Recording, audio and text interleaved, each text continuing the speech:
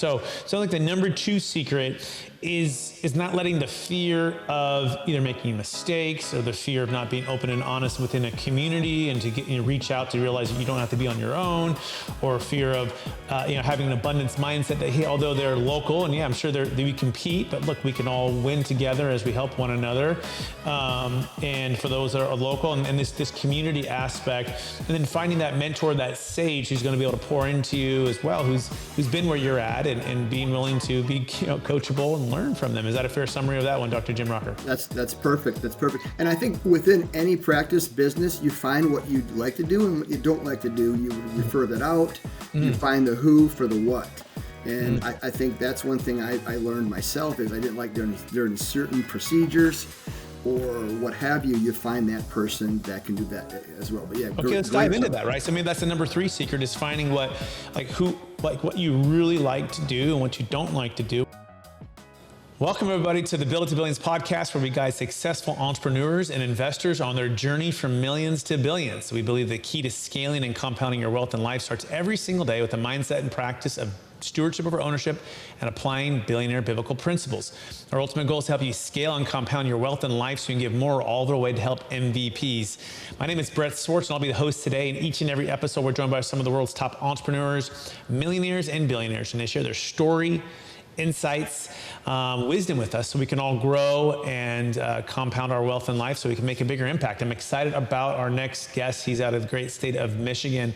He has a really prestigious background. He's a doctor, and he serves as the Vice President of Transforming Future Guatemala and the President of Transforming Futures Charitable Foundation. He's a Christian with a heart to help the world's less fortunate, and he has served and directed dozens of missions trips and other faith-based relief projects in Guatemala. He's been married for over 29 years. He's a father of 7 children. And he also is the founder of Smile Mentor Institute, all focused on taking control of your practice and your life. And today's episode is going to be around that focus, your path to freedom from the golden handcuffs. So if you're a dentist or a physician or an entrepreneur, this is the show for you. Please welcome to the show with me, Mr. Jim Rachor. Dr. Jim Rachor, how are we doing? Hello, Brett. How are you? I'm well. Good to see you. And another beautiful day here as we're recording in December, close to Christmas. And for our listeners to get to know you for the first time, would you give us just a little more about your story and your current focus? Yeah, first off, hey, thank you so much for having me on the show, Brett. And just congratulations on all your success. I hear your name all the time, and you are definitely the expert in your field. So appreciate you having me on. Yeah, I was a dentist for 35 years. I've been married for 35 years, and I kind of had a heart for some of the least fortunate of my practice, the least fortunate of my city, and the less fortunate of the world, and so I kind of tried to combine all of those. Recently, I sold my practice, and in the later years of my practice, I just noticed so many dentists and physicians and entrepreneurs who were stuck. They weren't happy. They were, what I call, they had the golden Lifecuffs on, which I define as you stay in your job because of your mortgage, your title, the benefits, the image, but you're not happy. And you can't move to what your passion is or what God has for you. And I call it kind of, they're all living on someday islands, what I call it. They just are hoping that someday this imaginary place where this person shells all their dreams and their changes and what God whispers to them, they aren't able to do because they're stuck in their job and they don't have a better way. And I think for me it was trying to create freedom through time, and time usually is created by passive income. And my eyes were open to alternative investments. My father was a financial advisor for about 55 years, so I kind of learned how the market worked. Over the last few years, I've learned how real estate and alternative investments worked. And I noticed that there was a way to actually combine all that together and to create freedom of time, freedom of self, and to be able to follow your passions again. And I created Smile Mentorship Institute because I wanted to come alongside and help these young entrepreneurs at the beginning and not at the end. And I know one thing. I've spoken down at the University of Michigan a few times at the dental school, and some of those students aren't even dentists yet, and they're not happy, and they have debt, and they don't know what to do. And so I think it's high time somebody came along and helped them, and that's kind of what my passion is.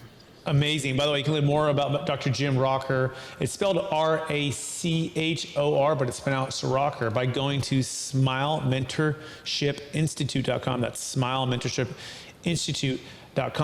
Absolutely love that intro. Love that background. I love your heart for serving others in your field or coming up in the field, and then also serving the greater Guatemala area. And I think that starts at the core here. Taking one other step back before we kind of dive into some of these secrets about unlocking the golden life cuffs. I'm curious, who is Dr. Jim Rachor growing up? Like, what was one or two gifts you believe God's given you, and you kind of recognize perhaps that your teenage years, it was kind of just a natural thing that maybe your parents or coaches or somebody pointed out to you, and how do you use those gifts to bless people today? Well, that's a great question. You always have great questions. I think for me, I pretty much figured out at the outset I was good with my hands. I wanted to be some kind of a doctor. I wanted to help people, and my dad at the time was a CPA. I didn't want to be doing that because he worked 8 days a week, it seemed like. So I was good with my hands, and so that was one thing. And I usually had a compassion for the person who was getting picked on, or was a bully, or who got cut from the team, or what have you. It just seemed to be something I would kind of vacillate towards. So those are two things. My mother was a dental hygienist, and I used to go and sit in her office and wait for a ride home and kind of watch what the dentist was doing, how he talked to the patients, and I noticed that, hey, I could do that, and so that was probably one thing. I played a lot of sports growing up. I played a lot of basketball. I played a lot of tennis. Tennis was probably what I'd say would be my best sport. So I got to learn a little bit about. Think about tennis as you're on a court. Usually, if you're playing singles, you're by yourself, and you have to get through problems by yourself. You have to try to beat your opponent, figure out what their weaknesses are, and that was a really good learning experience for me, because most times I would be somewhere, I'd be alone, and I have to try to figure it out. And at the time, I was the number one player at our school, probably top 5 in Michigan, and it was never easy. And that's kind of how life is. You got to figure out how you can get around the obstacle. And every person is different, and I love trying to find that avenue in other people. I have 7 children. We have 2 children, 2 girls we adopted from Guatemala. That kind of started our ministry in Guatemala. And so I would say all of it, I think God kind of intertwines a lot of that stuff all together, and we don't know it at the time, but as I look back, it all kind of had a rhyme or reason to where I am now. And we're not promised any time beyond today, and I don't want to waste it. I think I talk about kind of what I call the 5 gifts that I think that we're given. And I think that when I think about them, there's love, there's free will, there's salvation, the Holy Spirit, but one of them's time. And what am I doing with my time? And I recently just wrote a book called Wealthy Soul. It's kind of a book that's kind of a guide to kind of a thriving life of meaning, abundance, and practical wisdom. But I think one thing is that I teach my kids is, do you ever really give 100%? Are you a 100%er? And there are few people in the world that have ever can say that they've given 100% to something. And I think the number one question I always get, they always ask me, or some of my students in the Smile Mentorship Institute will say, what am I supposed to do? And generally I'll say to them, find what's important. And what's important to God should be important to you. And I also will tell them kind of the barometer of 4. I tell them, what are you good at? What experiences have you had? What do people tell you that you're good at? and then put all those together and then focus on that. And I think that's a good starting point for most young entrepreneurs and dentists and physicians and such. Absolutely amazing. I love it, Dr. Jim Rocker. And I know John Wooden said it well, that success is peace of mind, which is a direct result of self-satisfaction and knowing you made the effort to become the best you're capable of becoming. And I think this is key. I also add to that just as Christians, right? The best of what God's called you to become, right? So it's this unique calling, this unique gifting, this unique purpose that was ordained before the creation of the world. To even think about that, how amazing God is that he would give us this time to spend on this earth, to be able to have faith, to have purpose, to be a part of what he's doing in this grand work of loving humanity and bringing them back through salvation. And it's just such a beautiful thing. And I think you're right. It's too many entrepreneurs, physicians, dentists, you get caught in this golden life cuffs. And so let's dive into that right now. And let's see how we can try to unlock this for those who are listening to get more where perhaps they're feeling God's calling them to be and or where they think it's best for them to move to. So let's move to that. What is the number one secret, Dr. Jim Rocker, to unlocking the golden life cuffs? Yeah, that's a great question. I often get mentees and students and even my kids when it's almost, they're so far down the road, they haven't even thought about it. So to unwind what they've already created is a little bit tricky. But the golden life cuffs are kind of, it's kind of what you stay where you are because of, like I said, the mortgage, the title, the benefits, the image, even though you feel spiritually, undermined and quietly overlooked. You're blessed and you're busy. It's kind of a scary place to be while you're quietly avoiding like those deeper questions about your life. And I think sometimes we get so busy, we have so much sunk cost in our schooling and where we are in our business that we overlook what does God really want for my life, and can I intertwine all of that together? So I kind of start with, I ask them, what are you good at? What experiences have you had? And what do people say you're good at? And is it your job?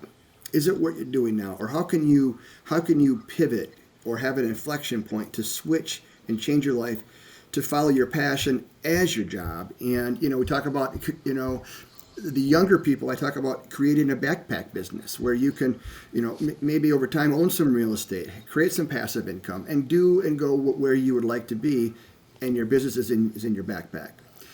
Dentists and physicians, especially dentists, they have to be kind of where their hands are. And I used to joke with my kids, I was going to bronze my hands and put them on the mantle and say, these things,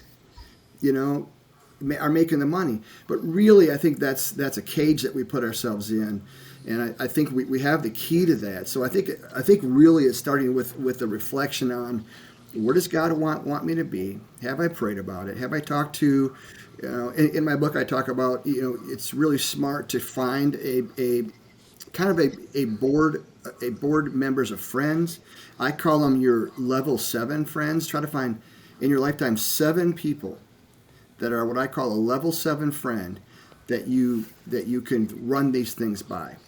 And I think mostly men don't have that. I'm fortunate to have 2 to 3 extremely good friends I talk to every day. I've known them for 55 years or more. That I think is, you got to have friendships, especially men. You have to talk about it. You have to write it down, have accountability. But starts with, I think, what are your passions? I talk to a lot of dental students who don't want to be a dentist. They're in their 4th year of dental school. They've got $360,000 worth of debt. They have to get out. They have to pay the debt off. And it just makes my heart sad to think that they're not going to be happy. And there's a joke, but not a joke, that dentist suicide rate is so high, and the depression and drug use in some of the medical professions because they're not happy. there's got to be a way out of that, and that's kind of where I take each specific person and look at their scenario and try to change it. Got it. Okay, so here's the key, right? And then we're seeking to unlock golden handcuffs. Starts with reflection on where God wants you to be. It sounds like not getting caught in the image, the title, even the income, and not letting it pull you away. And then you're saying it doesn't necessarily mean it's walking away from it. It could mean that eventually, maybe at a certain point, and maybe that's part of the goal, or be able to do it in a flexible way. But I think the power of and, like, how do you intertwine and integrate these major things, right? And without having to get the regret of so much of the sunk cost that's happened so far. I think the power of and is really important here, to have an abundance mindset, right? But to make some intentional planning and some pivots. And I love the level 7 friends, right? Where you can hold you accountable, you can talk with, have open, real conversation with, because you're absolutely right. Okay, so that's the number 1 part of it. Step. What would you say the number 2 step is to unlocking the golden handcuffs? Well, I would tell you, with young doctors and young dentists specifically, they have, they're a fresh graduate. They don't want to make a mistake. They're scared, is the first thing. Their fear of complaints and their reputation damage, their fear of practice management anxiety. They don't know what they don't know. I think having a sage to come along, which is what I'm trying to fill, someone to talk to, someone who's already done it. Like you were kind of talking about there too, having a group, maybe a mastermind community, which is what I'm creating, where you can weekly or quarterly go through some of the specific practice problems. Most dentists and physicians are working on their own, and they're kind of on their own island.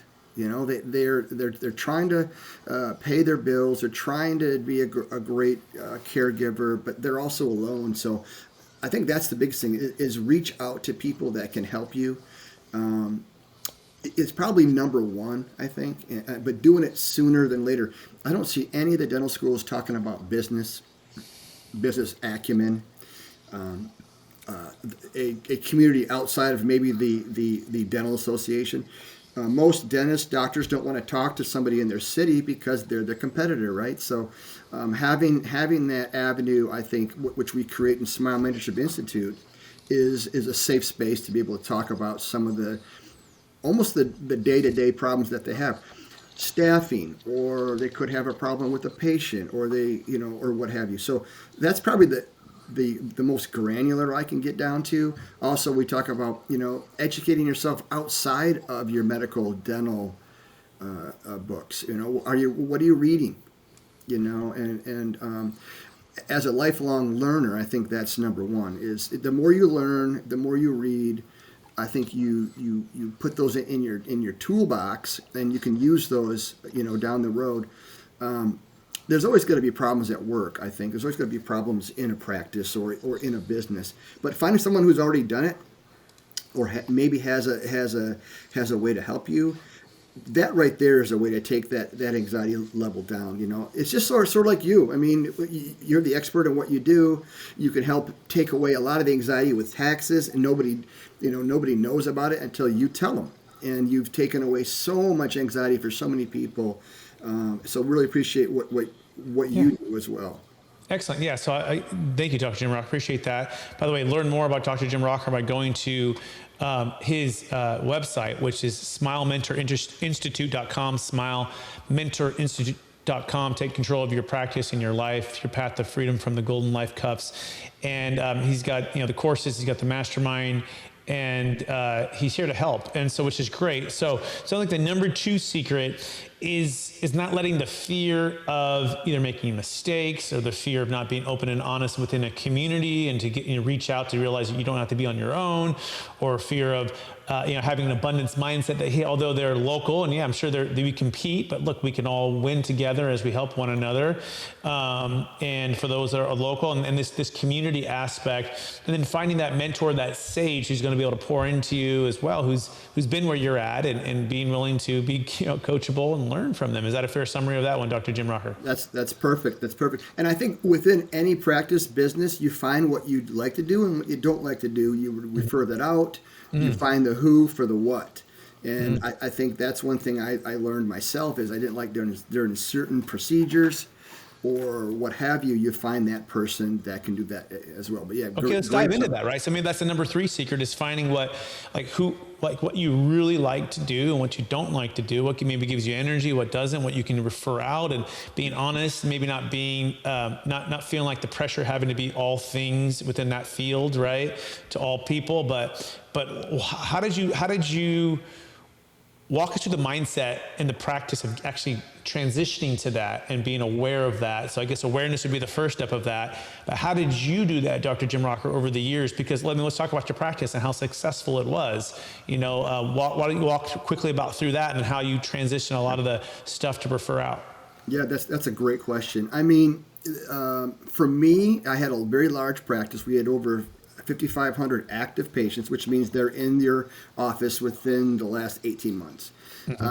And so, what they say is true. Be careful what you build, And I was learning on the run how to manage 22 employees, yet be the main operator, be the expert, be the surgeon every day, but yet handle the HR stuff. And so I had to learn how to offload a lot of things. And you have to learn to be able to accept 80%. I would probably do 100%, but I was okay with maybe 80% of the HR people or whatever, where I could focus on the patient. And in dentistry specifically, you're within a foot of their head. You're very in close contact with the patient, and it's a personal thing too. And you want to be, So for me, I wanted to be present right there with that person. Number 2, you learn what you're really good at and what you're not good at. And I always tell every dentist that comes out, and I had 12 associates over the years. They wanted to do every procedure, but they weren't good at them. They weren't good at every procedure. I tell that even to patients today. Who would you rather have doing a root canal on you? A general dentist that got out of school a year ago, or someone who is a general dentist, went 4 more years to learn how to do root canals and has done them for 30 years? Well, probably that person. So I would say you got to play a little bit of defense. You're not great. I would tell these dentists, you're not that great at that yet. But learn and do it. And you usually do well at what you like to do. So I kind of vacillated towards implants. Loved doing implants. I did a lot with lasers. Loved lasers. I was one of the only laser dentists in the country. And I like to do certain things. So I would focus on that. And then I would hire associates or refer to other specialists or dentists that were really good or liked to do another procedure that I didn't do. Dentistry is kind of interesting. I don't believe you can be really great at every avenue of the clinical part of that. That's why in medicine you have ophthalmologists, you have OBGYNs like my daughter. So it's better to be specialized in something. I think everybody is an expert at something. You got to find it. And I think when you do, it's liberating because then you know everything about what's going on. You're not surprised. So I think that's the biggest thing. I think taking a step back, asking your group, hey, what am I good at? What am I not good at? Or, what we would do is we would track our patients. I called every patient after the procedures for 35 years and asked them, how'd it go? And I tell young dentists, everybody that you anesthetize or numb during the day, you should call them that night and ask them how they're doing. And you'll learn how good you are. 10 years or out, I tell dentists, that's when that's where you'll figure out where you're good at. A lot of young dentists get out and try to do every procedure because they want to, B, they need the money to pay off their debt, and they're kind of taught in school that they should be able to do everything. But are they doing it well? And I kind of don't love that. Some are great at a lot of things, but not experts at it. Okay, great, Simon. That's amazing. I love it. So the number 3 secret is really find out what you like and what you're good at, right? And have the practice and the discipline to refer out, right, the things that you're not so great at, or hire that specialist onto your team. And amazing accomplishment, over 5,500 active patients you had and 22 employees at the height of your business, which is great. And, I think what's interesting here, you talked about the different parts of the business and the business acumen. I think this is one of the biggest things that are missed in in dental school, or if you go to school to be a physician, like you just don't learn this aspect of it. You have veterinarians, right? This is a classic challenge.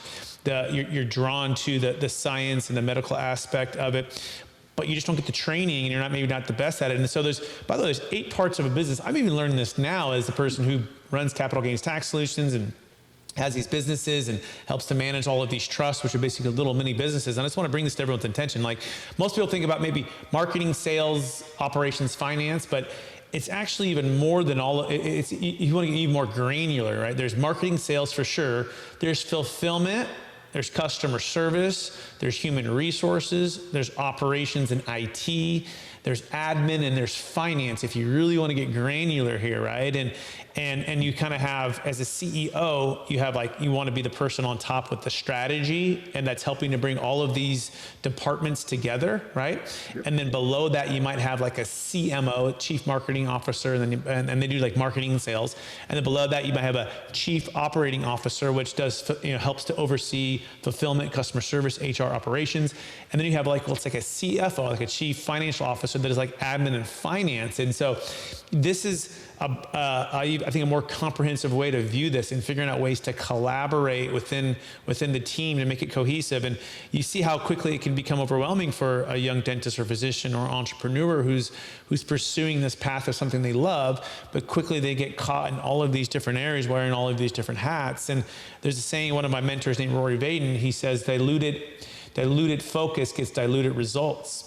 And so the question is, what is diluting your focus, right, to get these diluted results? And so, okay, that's excellent. So that's the number 3 secret. Maybe let's touch on one last one that I haven't asked yet, but you have found to be the most effective way, Dr. Jim Rachor, to unlock the golden handcuffs. And then let's talk about Someday Island. Yeah. So, and so I call them the golden Lifecuffs, just because. Oh, Lifecuffs. I'm sorry. Yeah, Lifecuffs. Yeah. I think, like I said, I think the biggest thing is at the beginning, which is the big one. I mean, they're comfortable to wear for most people. They don't know they're wearing them. They're in their unfulfilling routine of their jobs. And so I think number one is you have to make sure you're aware you're wearing them. And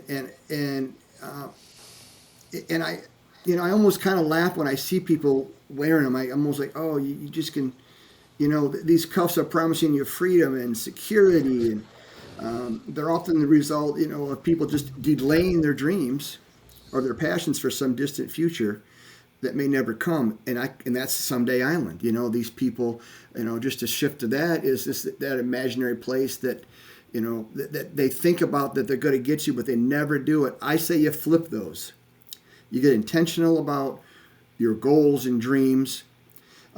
If you're married, you're going to want to get with your spouse. But most people just drift through life, promising themselves, someday I'll chase my dreams, or but that rarely comes unless they take a bold, intentional action to leave that Someday Island. And I think the key is to identify, follow your passions early, asking the important questions, acting on what you find.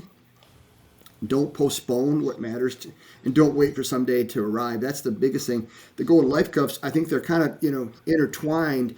There's a famous sculpture here in Grand Rapids where I live, and it's this guy in a bird cage, and it's a huge sculpture, and he's got this grip on the cage, and he's got a scowl on his face. He's trying to get out of this cage, and behind him, there's a door open. And he doesn't really realize that there's a way out. He just has to let go and look. So I tell people, just take a break. Don't sit and think about the Sunday scaries every Sunday night going into Monday morning. Take a break, take a breather, and really figure out, what do you want to do? If you could just leave tomorrow, if you had a bag of cash and you didn't have to go to work. Most people have to go to work. For me, when I got to the point where my alternative investments, my passive income was more than I was making as a dentist. I was making more money while I slept. I was a better dentist. I didn't have to go in there. I went in there because I wanted to go in there, and that's where I want to get people to be. And it's this wave of creating passive income, finding your passion, unlocking your golden life cups that you have the key to anyway, and getting off someday island and doing it. Because here's the thing: when you're 80 years old and you tell yourself, you look back at your life, and that's what my book is a little bit about. What Wealthy Soul is, how to create that life. Is there's a lot of strategies, but number one is, what are you going to tell yourself when you're 85 on your deathbed? You're going to say, I wish I would have followed my passions. I wish I would have taken more risks. I wish I would have been a better friend, et cetera, et cetera, et cetera. It has nothing to do with the money. And that's my passion, to kind of mold, this book I wrote, A Wealthy Soul, to Smile Mentorship Institute mentees and students, and try to show them a better way from the beginning. And so that's kind of how I think. Amazing, Dr. Jim Rachor. By the way, you can learn more about Dr. Jim by going to smilementorinstitute.com. That's smilementorinstitute.com. I absolutely love it. What matters the most to you? A lot of things matter, but what matters to you the most, right? And don't be that, let's say, that frog that's in the water that doesn't even know it's starting to boil until it's too late, right? And then you have these regrets, right? Like, recognize, pause, get out of the water for a little bit, look around, be intentional, do all of the things to unlock the golden life cuffs. That being said, Mr. Jim Rachor, actually, before we go to the lightning round, one quick thing. You said you exited your practice, right?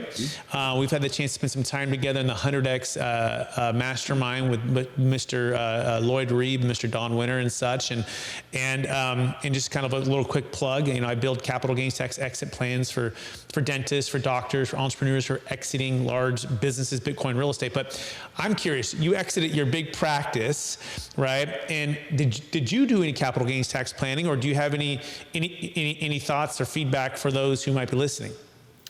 Well, that's an excellent question. I exited right after COVID, and so I didn't really want to exit. I mean, I didn't have to. I had it humming how I wanted it. I was doing what I wanted, but somebody came with a lot of cash, which at the time was happening in the dental and medical fields. We sold for about 9 times EBITDA. And I was like, well, you know what? I'm going to be 60 here, So, and yeah, you're right. It would be a strategy that most people don't know about, is to exit and then not calling you. That would be the biggest travesty if somebody did not call you. And as you know, I've sent you a few people that are on the precipice of a large exit. And it's interesting because they think about it when it's too late. They should be calling you now, planning it ahead of time. So yeah, we use those strategies. You and I became friends long ago, but a little bit in the 100X forum group, with Lloyd, and I've learned so much from you from that group. I got to tell you, I want to thank you for that, all your wisdom and strategy. And I would tell anybody, really, if you're going to exit any business or anything with capital gains, you need to call Brett, because there's so much that you don't know about. I don't know if the government wants people to know about it, because they want that tax money, right? So think about that. The government is incentivized to have you not know what Brett can tell you. So I would definitely follow up with Brett on that. Yeah. Awesome. Thank you so much, Dr. Jim Rachor. And go to capitalgainstaxsolutions.com if you want to get started with that. That's capitalgainstaxsolutions.com. No cost, no obligation consultation call.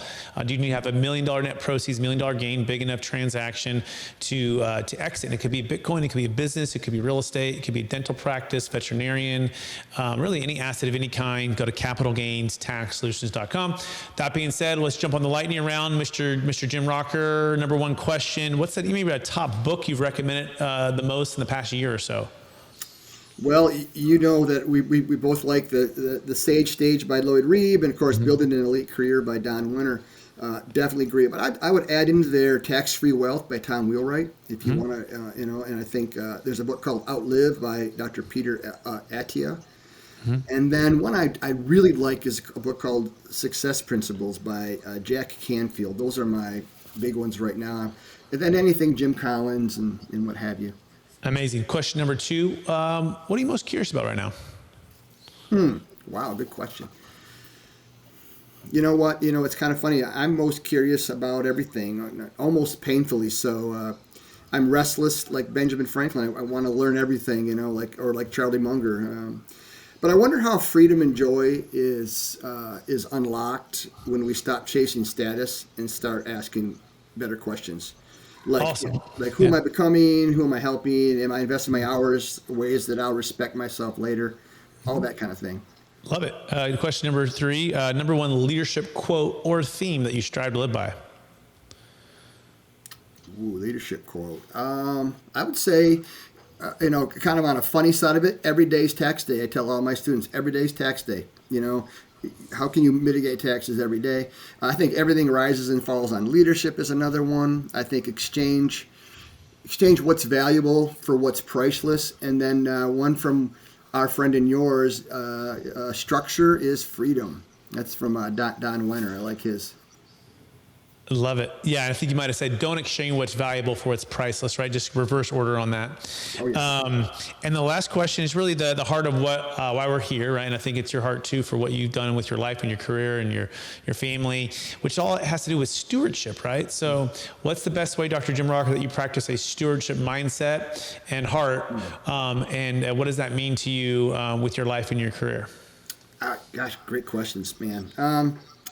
So for me, I would say when I finally realized that I don't own my money, my business, or my practice, or my time, I'm a manager of God's assets for a short window. I'm like my real residence is in heaven.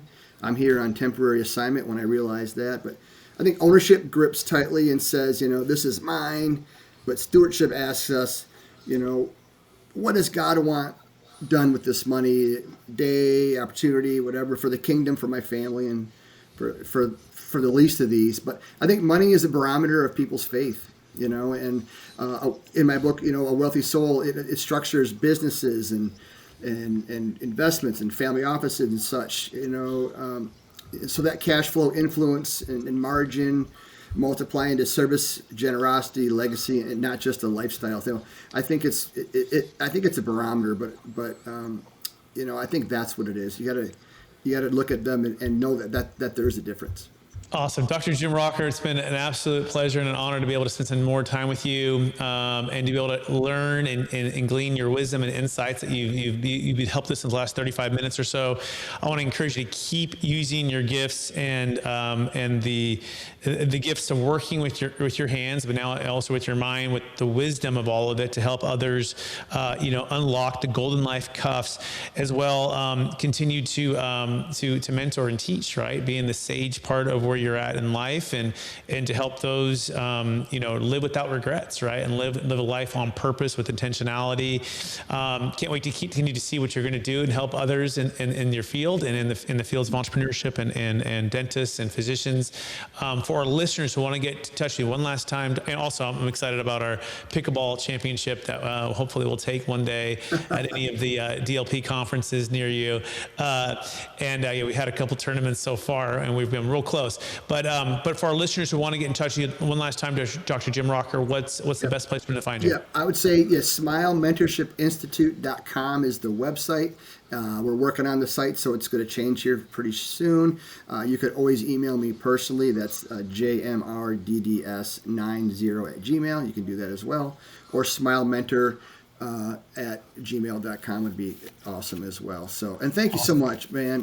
Thanks for all you do for so many people. Yep, absolutely. Dr. Jim, thank you so much. And I also want to thank all of our listeners or viewers who are tuning in today.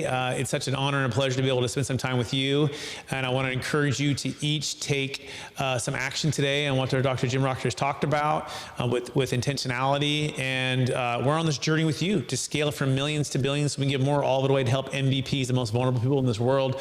How can you be giving back today? How can you be doing a little bit more planning, intentionality, and weaving where you're at to make a difference and make an impact so you can live a life with no regrets. For those, of course, who are exiting a business, real estate, and want to compound your exit by deferring the capital gains taxes, I want to remind you one last time, go to capitalgainstaxsolutions.com. We also wrote a book on this as well called Building a Capital Gains Tax Exit Plan. You spent 10,000 hours building your business or real estate or investments. We want you to spend just a few hours and you can defer 20, 30, 40, sometimes 50% of the gains on the exit. Don't wait. Pick up the book, Building a Capital Gains Tax Exit Plan, or or go to capitalgainstaxsolutions.com. I'm Brett Swarts. He's Dr. Jim Rocker. We appreciate everyone out there listening, and we'll talk to you all again real soon. Bye now.